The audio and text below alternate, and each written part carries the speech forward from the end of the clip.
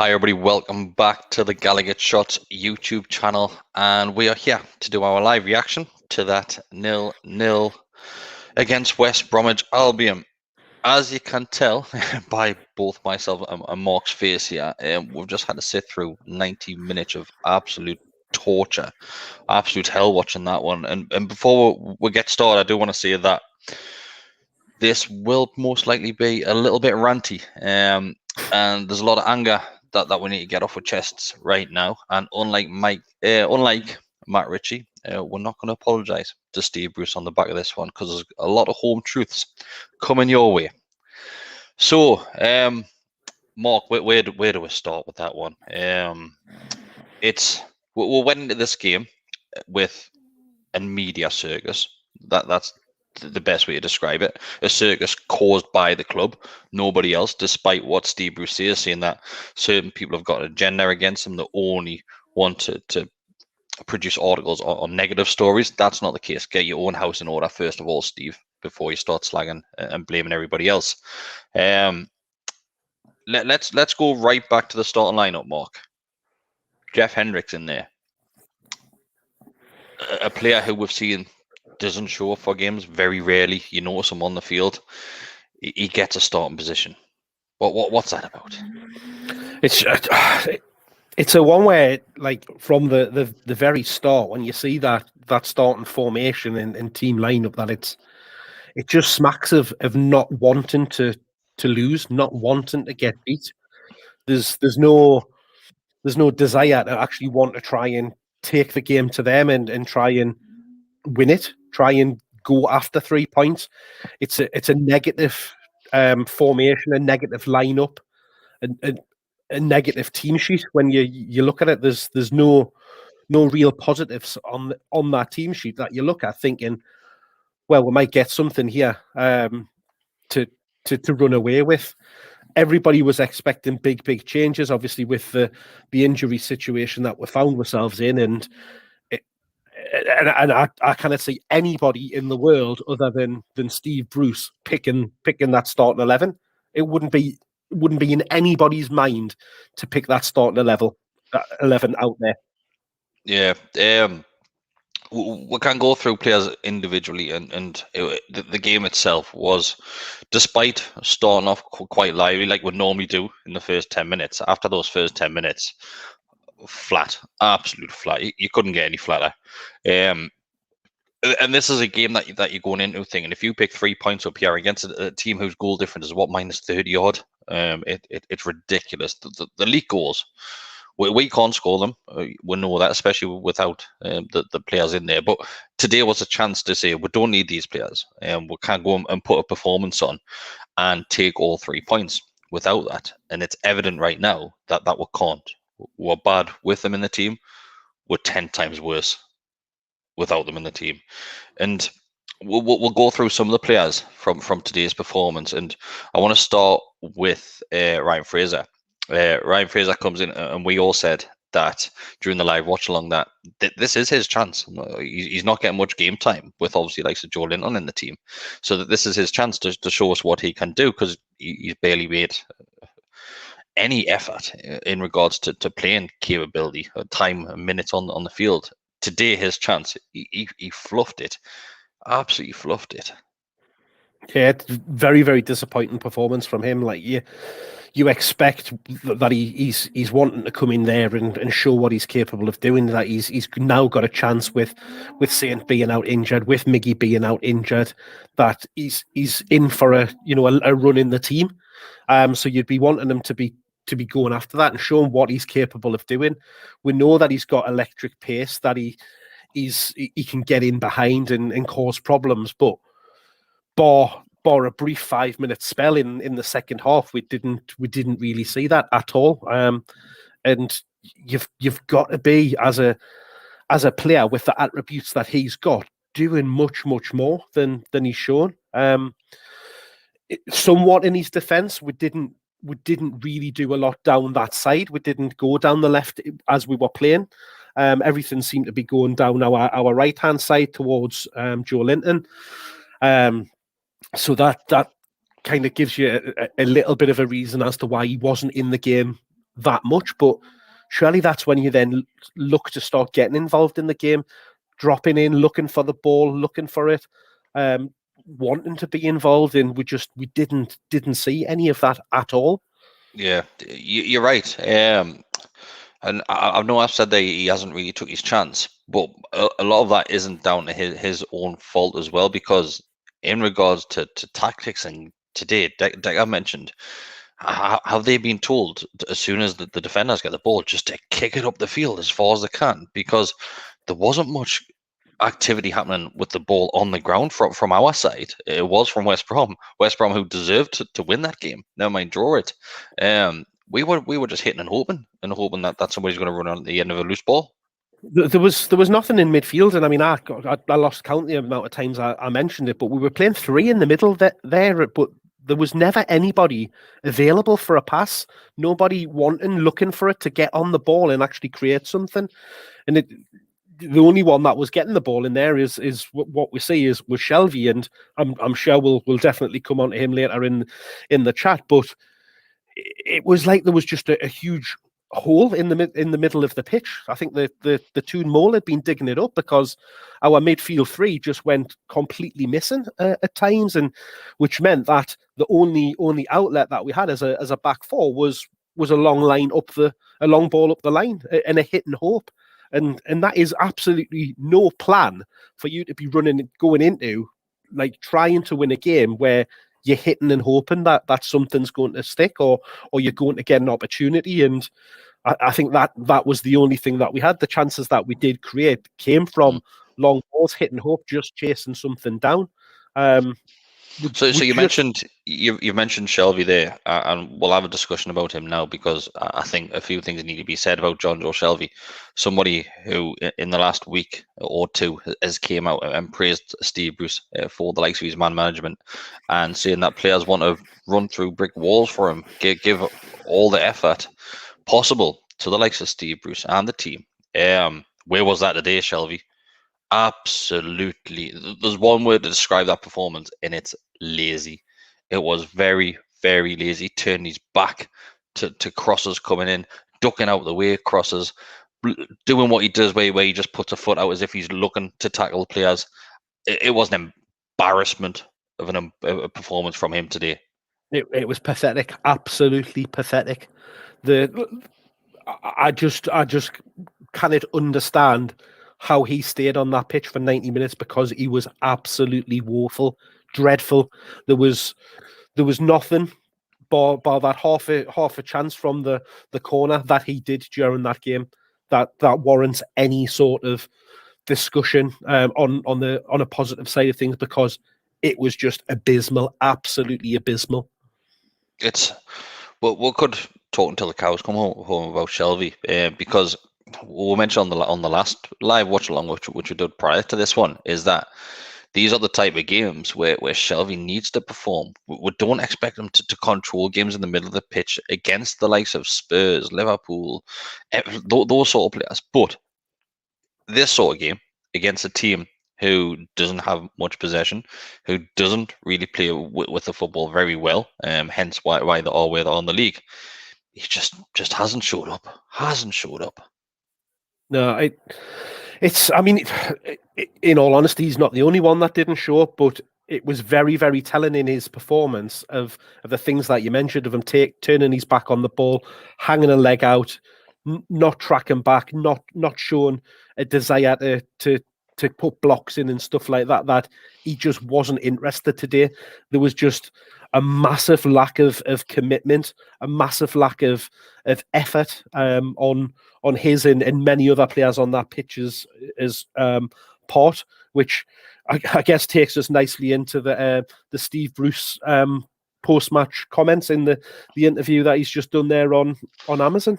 Well, before we jump onto that one, mate, because there's one thing where you were losing your temper with Shelvey throughout the game, and we said we were in the 68th, 65th, 67th, around about there in the game. We said, right, this is the time where we need to make a second substitution. We'll have to do it now.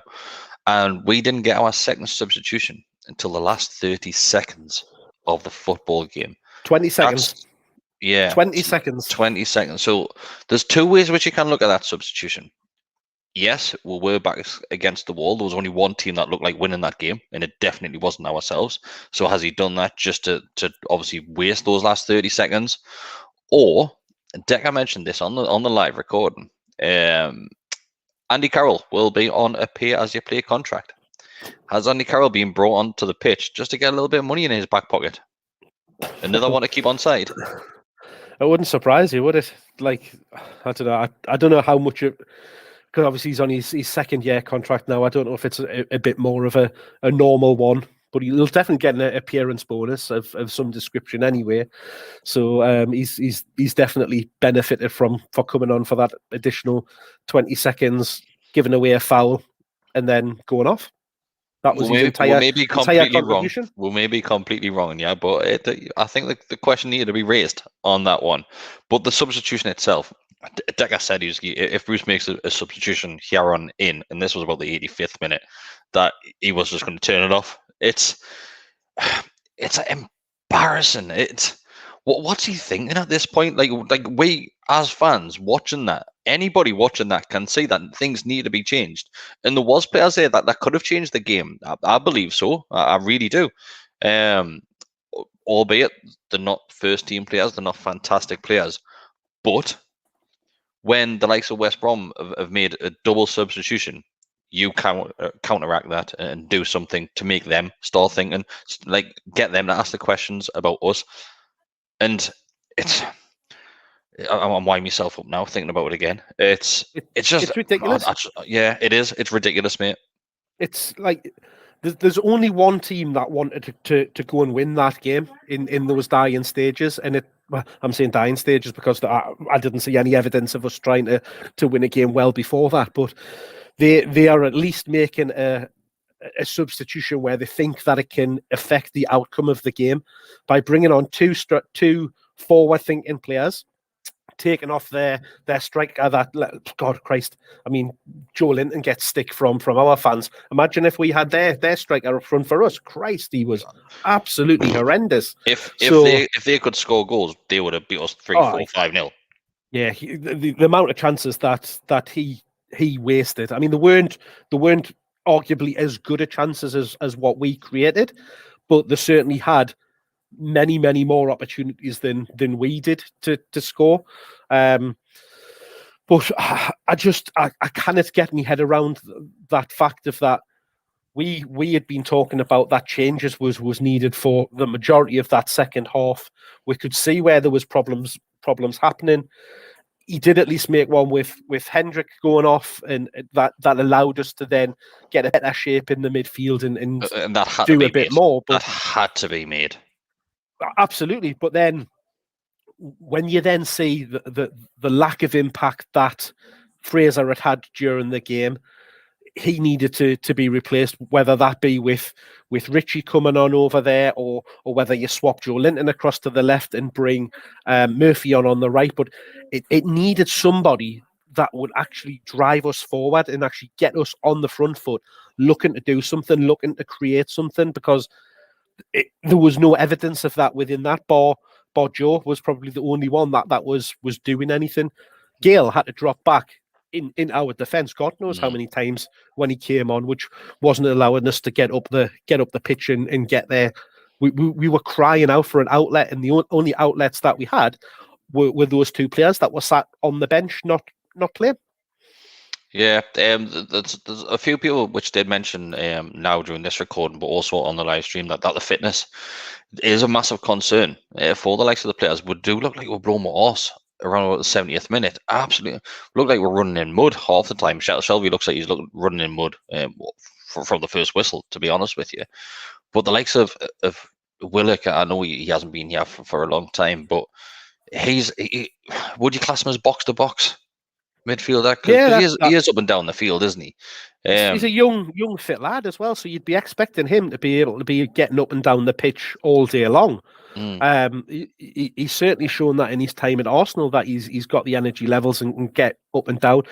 Yes, admittedly, he hasn't played a lot of games up until this, so whether the volume of games is catching up with him a little bit, but you don't expect him to be struggling that much. But there's other players in that team that didn't look like they got out of first or second gear to actually make any sort of attempt to want to get up and create something and do something. There was just a massive lack of urgency. Let's go to Bruce's post-match comments before we wrap this one up. And obviously, you just had a little snigger there. And I reckon the majority, if not every single Newcastle fan watching that, is literally watching it, head in hands, shaking their head, thinking, have you just watched a different game to what we've just sat through?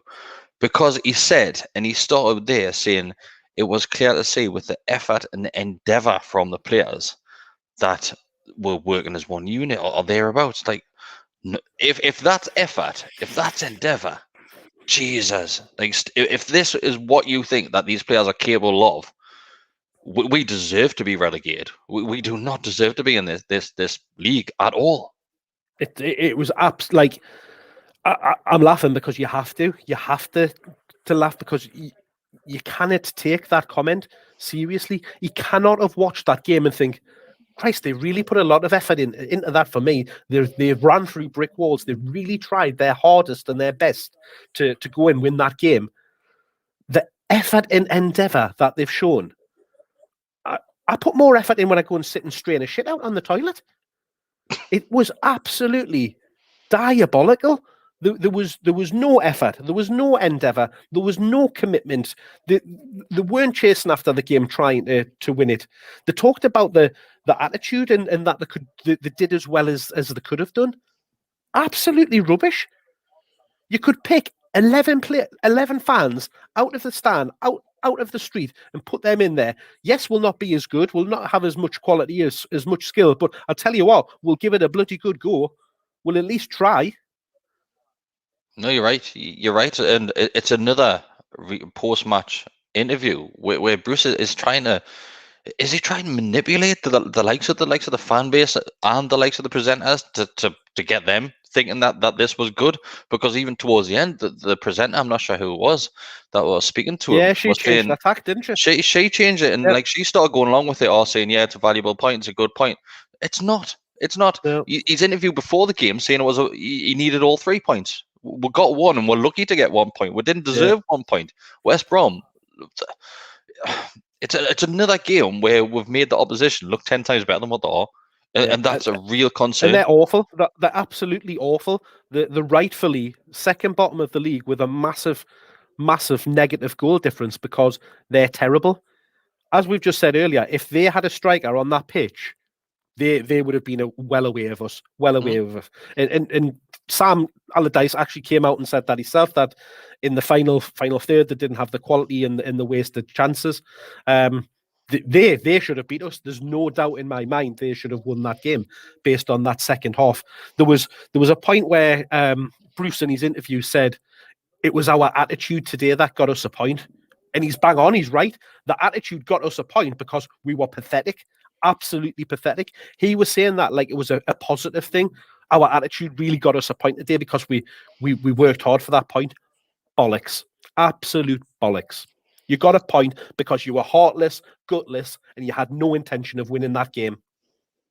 You're right. You've summed it up perfectly, mate. And it's just another one, an absolute another one where fans just get infuriated by his comments. Like, come on, and I said this at the start there. Hey, is his mind that warped that he is actually seeing some positive? And we said before full time, if Steve Bruce comes out and finds anything positive to say from that performance, other than the fact that we didn't lose the game, that he's gone. His head's gone. Because as fans, the minimum thing which we want and should expect, any single fan of any single football club should demand to see some pride, some effort in the team. I didn't see any effort there. I didn't. Like there was nothing there. It was the likes of a game where thinking, like you said, oh, we'll just sit up and hopefully we'll not concede. That's all that it was. We had a couple of half-horse chances, nothing major. The keepers either side never really had to break a sweat. No really saves where you're thinking a great save. He's really had to work for that one. Nothing, absolutely nothing. It's just absolute lackluster. Absolutely, it's just first gear stuff. First gear stuff. And that's the unforgivable thing about it is you can forgive a lack of skill, a lack of quality, providing the effort and the commitment is there for you. But when you don't get any of that, any skill, any quality, or any effort, then it's quite simply not good enough. I can stick up for players when I actually see them trying and trying to get into game, trying to do things.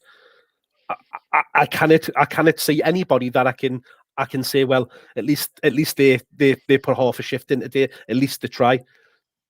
Joe, in a couple of occasions, is the only one that got anything out of it. But again, that you're clutching at straws there, trying to take a positive from it because there was none, not a single positive in that game. You're right, mate, and it's only going to get tougher now. The games coming up are harder. You've got Villa next. Yep. They'll run wild against us because I think Grealish is going to be back for that game. Well, that's the thing, is because they've looked pretty poor the last couple of games. When they've had Grealish out of the team, he makes a massive difference for them. So coming up against them when he's not in there, you think we might have a chance. But if he's back in there and he's on the ball, good night. They'll murder us. You see, you look at that and think we might have a chance. You would look at today's game, and think we might have a chance. We didn't. We didn't have a chance. We would have had a chance had our lineup been different, had our manager approached the game wanting to win it rather than approaching the game not wanting to lose it. Yeah, and once again, we'll look back on the likes of in-game management, and it's piss poor from Steve Bruce. Formation, tactics, wrong. Substitutions, definitely wrong. I'm not going to go back on that Andy Carroll substitution, but everything about it's wrong. Everything from the start to finish. It's as a fan, I dread watching these games now. I really do dread watching these games. And if it wasn't for you lads and what we do with this, I probably wouldn't be even put them on, to be honest. I really wouldn't. We're at the point now where apathy is a word which gets said quite a lot between the likes of our fan base. But right now, it's at its peak. I've really lost interest, and that's down to the likes of right at the top. Of course, you always go to the top in Mike Ashley, but Steve Bruce has got to take a huge chunk of the blame on that one too. 100%, because I mean we've been stuck with Ashley for 13, 14 years now. We know what we're getting there, but at least under other managers at times we've been able to put that to the back of your mind because you've been able to be distracted by results or football being served up that is enjoyable, or at least is getting you wins. That's been taken away because we're getting served up absolute dross before ball's even been kicked, getting set up like that. So it all just then starts to fester away. And if things aren't going right on the pitch, that's when the unrest happens. The unrest happens within the supporter base. The unrest happens within the playing staff. We see the issues that are there with the arguments and stuff like that are happening in the background. All of that then comes out in the press. People start talking left, right, and centre because they're being affected in it in different ways, and it all escalates and blows up from there. Yeah, obviously, we're doing a live stream on this one for anybody who is listening to the podcast audio afterwards. Mark's mentioned Joe Lynn on there. He was okay. Like Mark alluded to, there wasn't much to judge it on compare the rest of the players. But another two decent performances, I would say, is Dummett, a decent return back to the team. He looked okay, a couple of decent tackles in there, and Kieran Clark once again. He's just solid at the back, Kieran Clark. But this, when you look at that's another concern. We're looking at Kieran Clark against West Brom and thinking, oh, he's had a great game. Which it shouldn't even be a story. It shouldn't be a debate about it. He shouldn't have to perform to how he has done today because they shouldn't even get that close. No, you should be talking about everybody up the other end of the pitch because that's where we should be trying to take the game to it. When you're playing against a team that has conceded as many goals as West Brom, you have to go after goals. Yes, we haven't scored a lot in the league. I get that. but you're never going to score a lot if you don't at least try. If you don't put any sort of attacking lineup or attacking threat on that pitch, how on earth are you going to score? You're not. You're relying on set pieces.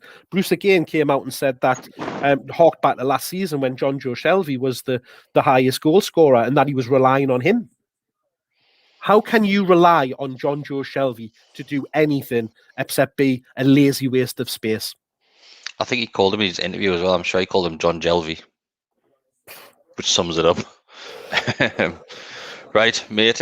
Let's go and enjoy the rest of a Sunday afternoon. Let's go watch Tip Cam.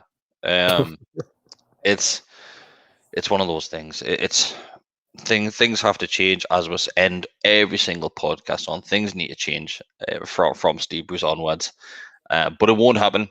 It won't happen. We went into that game needing 3 points just to obviously open that gap a little bit more, but didn't deserve a point. If you ask me right now, who deserved that lead, if anyone, it's them. It's West Brom all day long. Absolutely. Yep. There was a stat which came up towards the end of the game. They had 111 final. 111 touches in the final third, yeah.